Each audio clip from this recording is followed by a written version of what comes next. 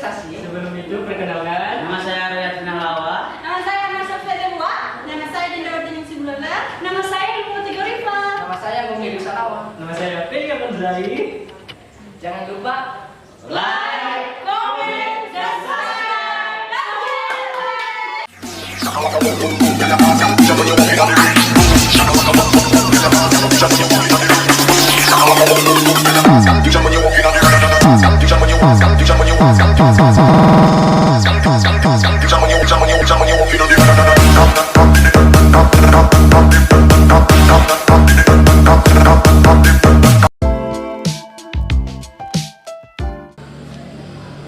baik, pembahasan kami pada hari ini yaitu strategi investasi. Nah, di sini saya mau menjelaskan apakah yang dimaksud dengan strategi investasi. Nah, yang pertama dulu saya jelaskan apa yang dijelaskan strategi. Nah, strategi artinya suatu gagasan atau tindakan untuk memahami dan mengamankan masa depan, yang dimana ketika kita melakukan sesuatu hal di dalam suatu organisasi ataupun bisnis dengan kita menggunakan strategi yang tepat, maka kita akan mencapai suatu tujuan organisasi tersebut dengan cara yang efektif dan efisien. Nah, yang kedua ini investasi. Nah, investasi ini artinya suatu upaya untuk menambah atau untuk membuat uang kita itu tumbuh. Nah, jadi artinya di sini bahwa strategi investasi ini adalah suatu rencana untuk menginvestasikan uang di berbagai jenis investasi dan untuk membantu uang kita tersebut untuk bertambah dalam jangka waktu tertentu. Nah, dengan kita melakukan suatu investasi dalam suatu organisasi atau dalam suatu perusahaan, maka kita akan memperoleh laba ataupun keuntungan, yang dimana keuntungan kita tersebut kita akan mendapatkan suatu kepuasan, di mana keuntungan tersebut berdasarkan dengan besarnya jumlah investasi atau modal yang kita tanamkan di dalam perusahaan yang lain. Nah, di sini dengan kita melakukan suatu investasi di dalam suatu perusahaan maka secara otomatis kita akan mendapatkan modal ataupun keuntungan yang akan semakin meningkat ataupun bertambah jumlah besar daripada uang kita tersebut.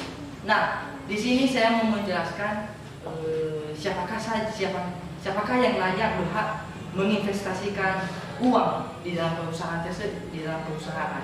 Nah, di sini yang menurut kami bahwa yang melakukan investasi ini adalah tentu orang-orang yang mempunyai penghasilan, di mana dengan dia memiliki penghasilan maka dia akan menginvestasikan uangnya tersebut untuk mendapatkan suatu keuntungan. Jadi tidak mungkin kalau contohnya yang tidak mempunyai penghasilan dia menginvestasikan, sementara secara logikanya dari mana dia ambil modalnya? Dari mana dia ambil modalnya sementara dia tidak mempunyai penghasilan. Jadi di sini kami akan menjelaskan beberapa macam-macam daripada strategi investasi.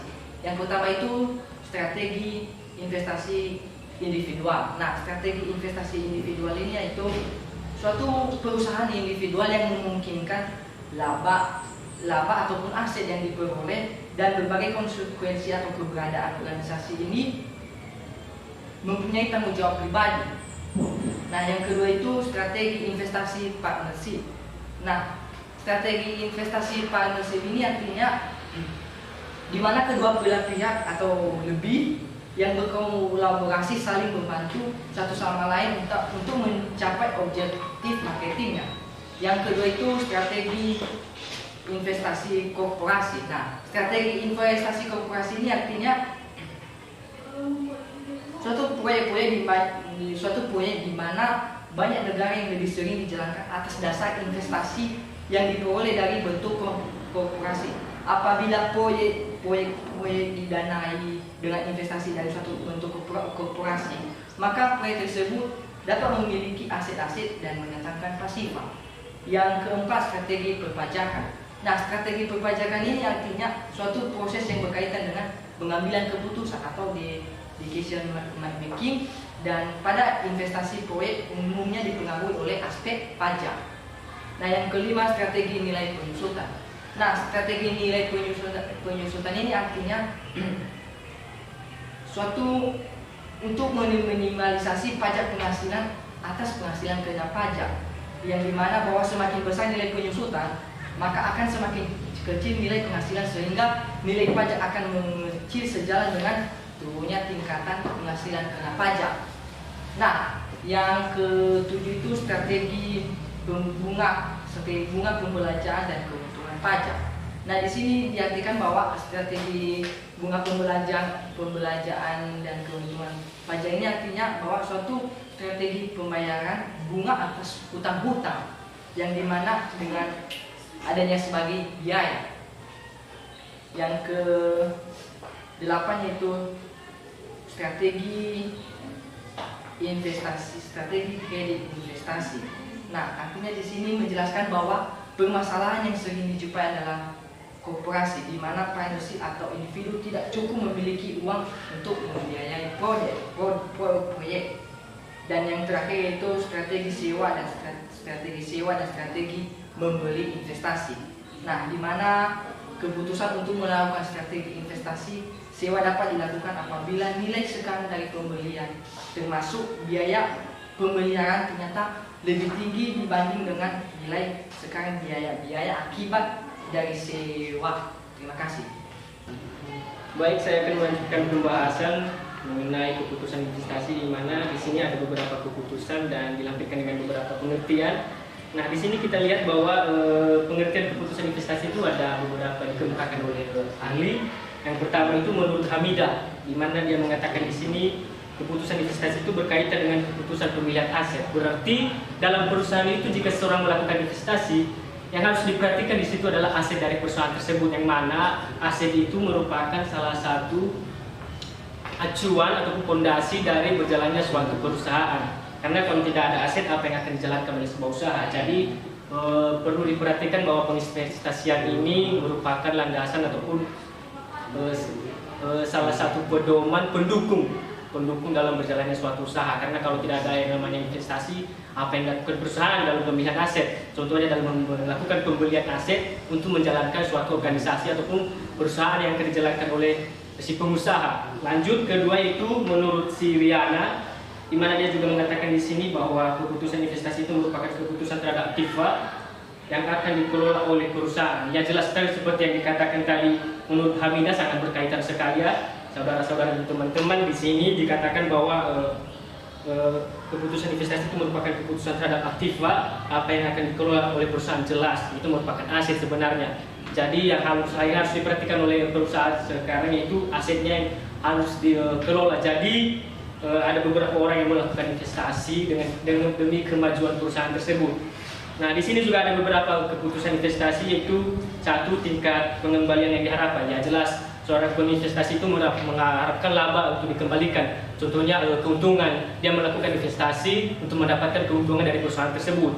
Jadi sebuah perusahaan atau pengusaha harus melakukan yang namanya kontrak dengan penginvestasian, karena hal itu juga dikejar oleh si penginvestasian, karena dia melakukan investasi untuk mendapatkan laba kembali. Jadi ada yang namanya kontrak kerjasama. Jika perusahaan juga harus memberikan penghasilan, bisa beberapa persen tergantung besarnya yang si penginvestasian memberikan modal. Terus kedua itu tingkat risiko. Nah, tingkat risiko ini sangat umum sekali ya. Apabila seorang penginvestasian itu memberikan modal di perusahaan dan perusahaan itu mengalami kebangkrutan, ya jelas itu tingkat risiko yang sangat besar. Jadi ada yang perlu diperhatikan, ada juga sebuah komitmen yang dilakukan oleh penginvestasian dan seorang pengusaha. Jadi apabila ada yang namanya kebangkrutan, jadi mungkin ada janji yang sudah dibicarakan. Contohnya modal yang diberikan oleh investor tidak semuanya kembali, karena mengingat perusahaan sudah mengalami kebangkrutan. Ya, itu merupakan risiko yang sangat diperhatikan ya teman-teman. Terus ketiganya itu hubungan antara pengembalian dan risiko. Ya, itu jelas, itu gabungan dari poin pertama dan poin kedua. Jadi yang namanya pengembalian dan risiko ini udah diatur sedemikian rupa oleh perusahaan dan investor. Jadi yang saya bilang tadi barusan, yaitu adanya perjanjian. Ya, jika risikonya sudah mungkin perusahaan sudah mengalami keberangkutan dan risikonya sangat besar, jadi kemungkinan besar nggak semua hasil ataupun modal yang diberikan investor itu tidak semuanya penuh, tidak semuanya kembali.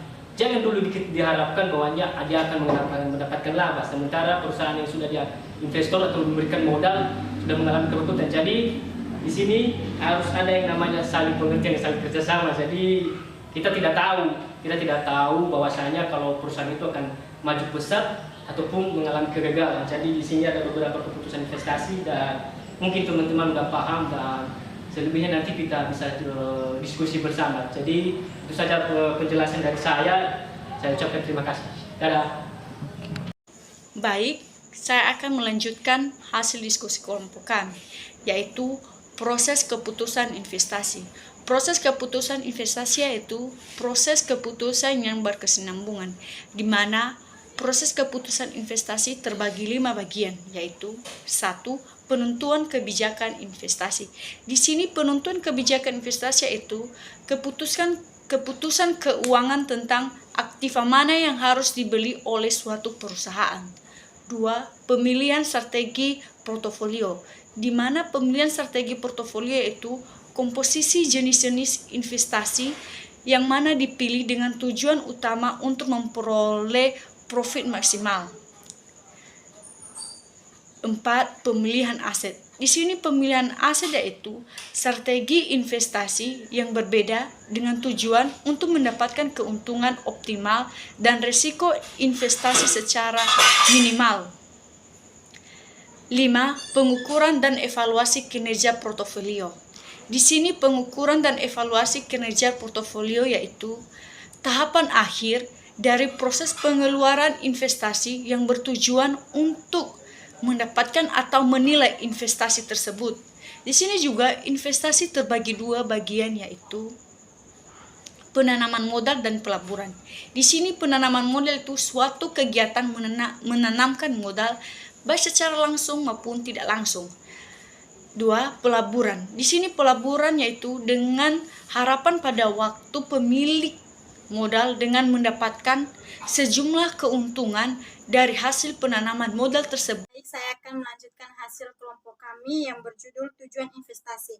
Nah, di tujuan investasi ini adalah untuk mendapatkan keuntungan yang sebesar-besar mungkin dari durasi investasi jangka pendek dan jangka panjang. Di sini dari sisi kebutuhan ada untuk pemenuhan kebutuhan primer dan sekunder seperti pendidikan anak dan kesehatan dan spekulasi.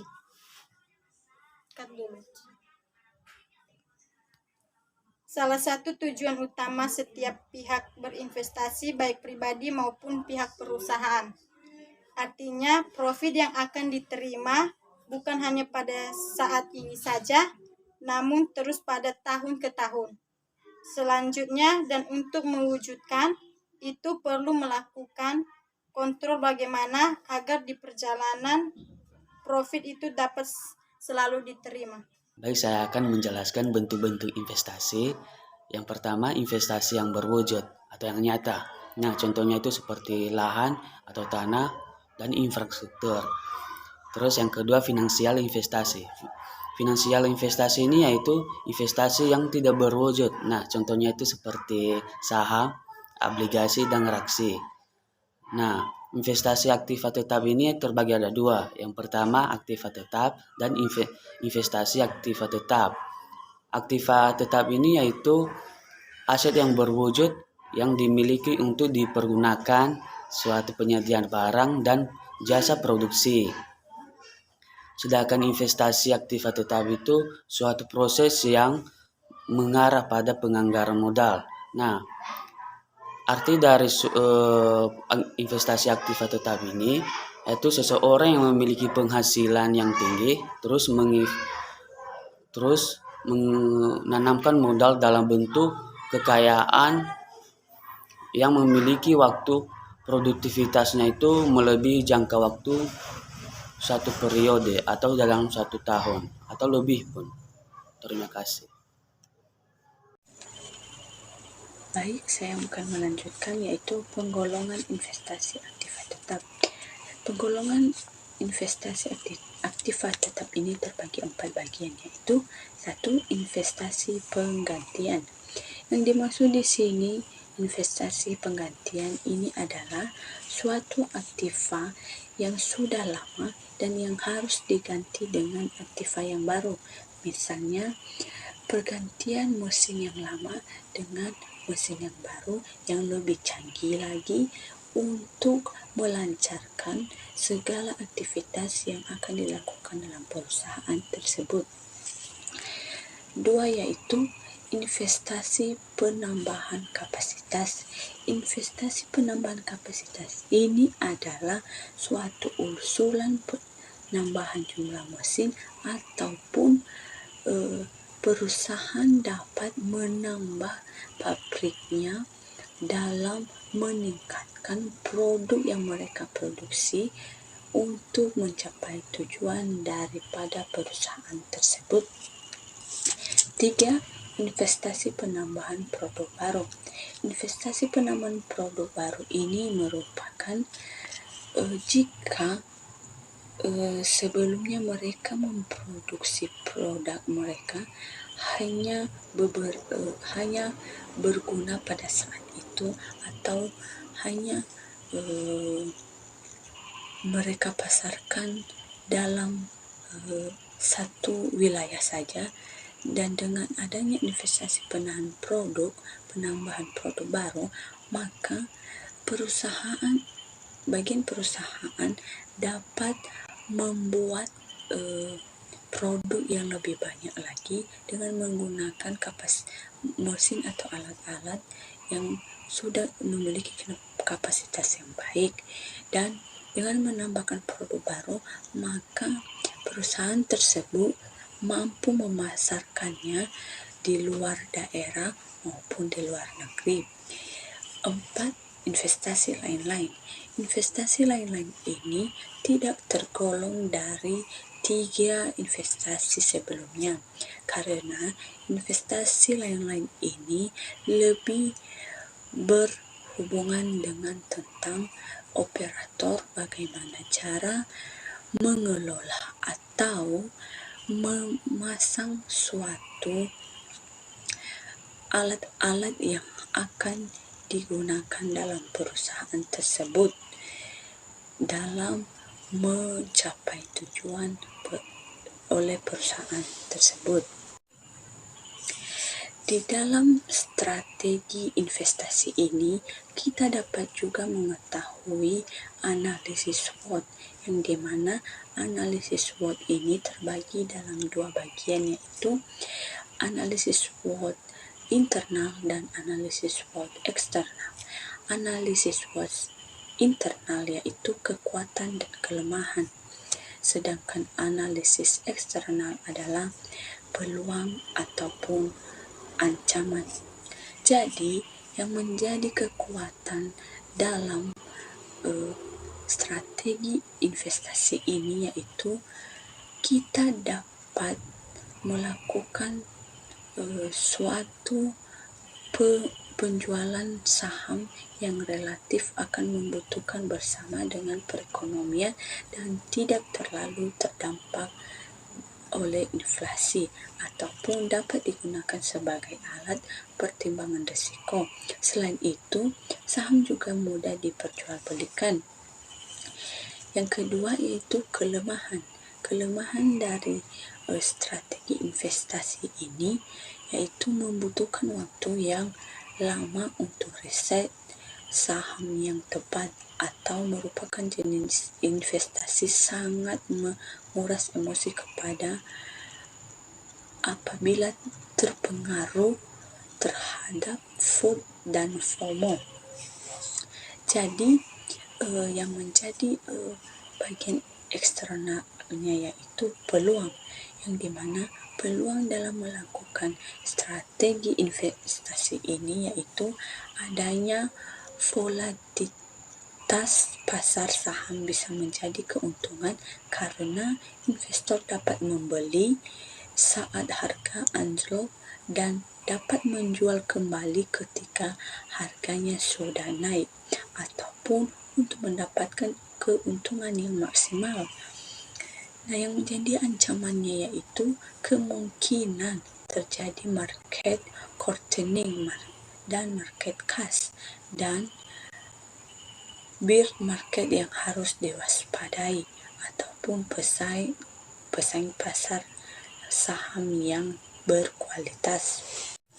Selain analisis SWOT, di dalam strategi investasi ini juga terdapat yang namanya SWOT strategi, yang dimana di sini di SWOT strategi ini dapat kita lihat pertimbangan dari analisis SWOT tersebut.